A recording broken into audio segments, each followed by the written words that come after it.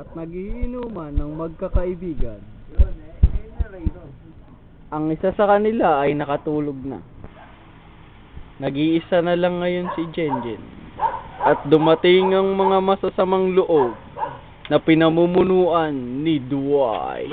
Pagkakataon ko na to. Ang sarap-sarap mo. Help. At biglang lumabas si Super F.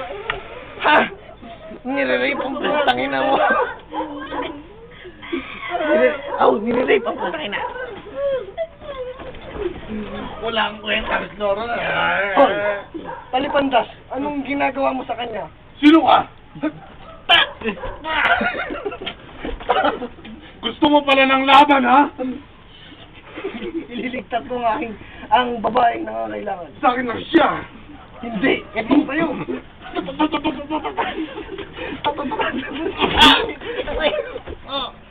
Wala kang sinabi sa akin! Ayun ka! Napakalakas ko! Hindi! Ito ka lang! Ito pa! Uy, gago, wag yan. May ulam yan. Tatamana kita ng gusto. Bawal ko. Kick.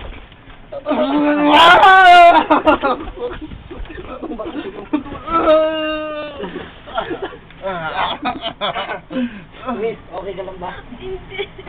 Gago ka pala eh. Bakit ka na pa rin? Saan mo yung okay lang ba?